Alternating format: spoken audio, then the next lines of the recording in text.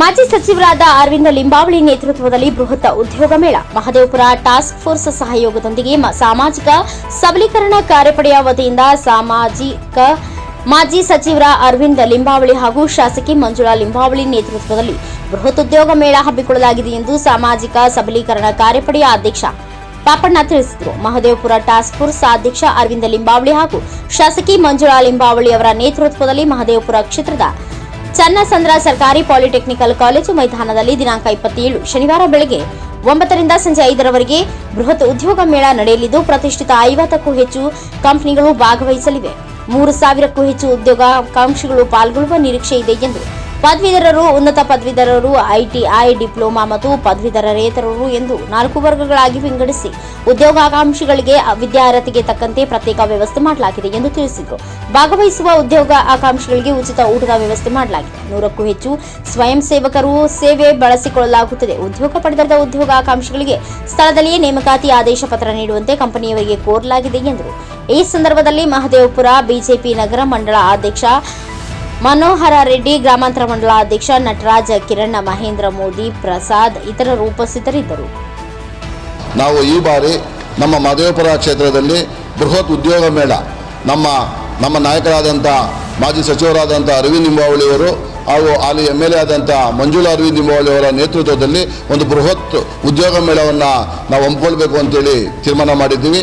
ಅದೇ ರೀತಿ ಬರುವ 27ನೇ ತಾರೀಕು ನಾಳೆ ಏನು ಶನಿವಾರ ಅವತ್ತು ನಾವು ಎಲ್ಲ ತಯಾರಿಯನ್ನು ಮಾಡಿದ್ದೀವಿ. ಎಲ್ಲರಿಗೂ ಕೂಡ ನಾವು ಪಾಂಪ್ಲೆಟ್ಸ್ ಎಲ್ಲನೂ ಆಮೇಲೆ ಬೇಕಾದಂಥ ಅರ್ಜಿಗಳೆಲ್ಲ ನಾವು ಸರ್ಕ್ಯುಲೇಟ್ ಮಾಡಿದ್ದೀವಿ.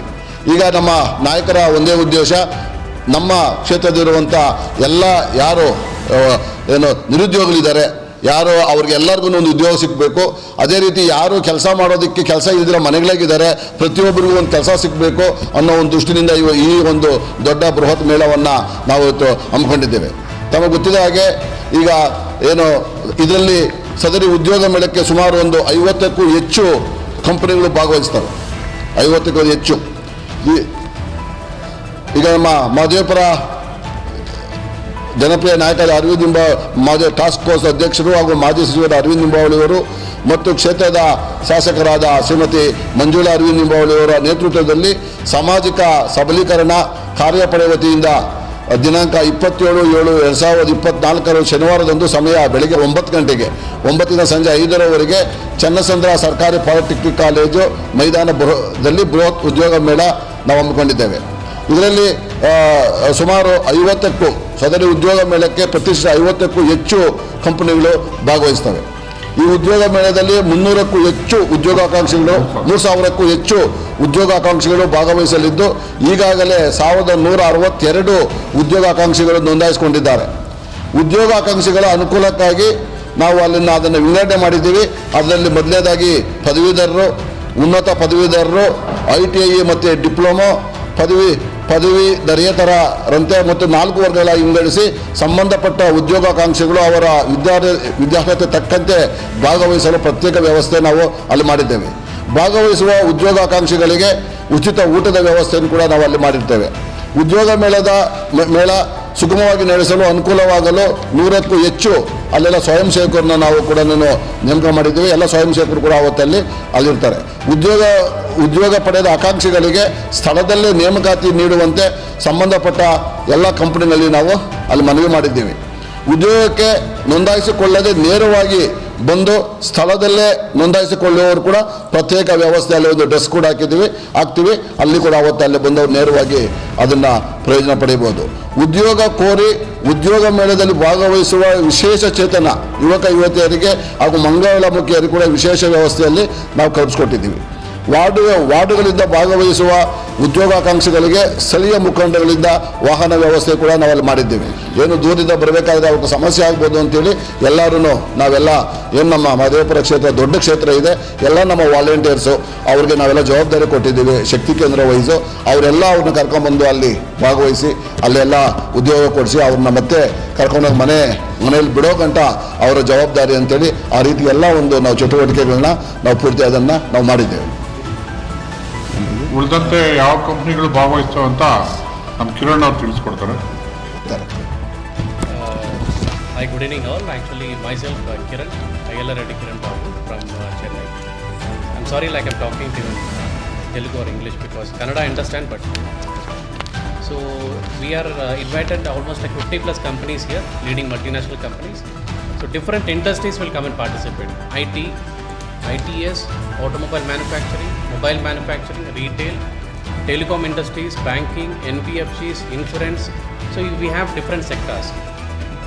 Any candidate starting from 7th to fail till postgraduate, anyone can come and participate.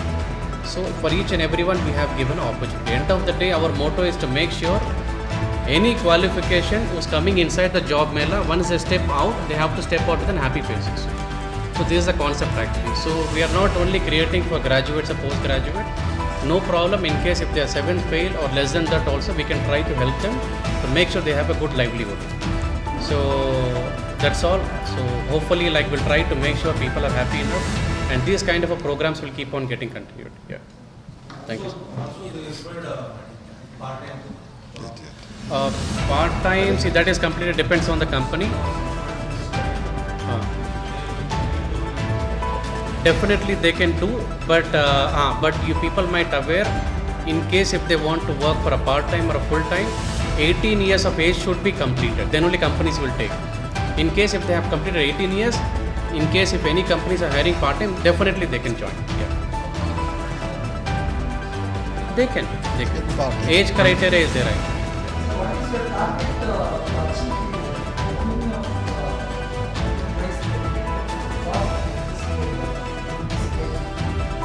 No, I didn't.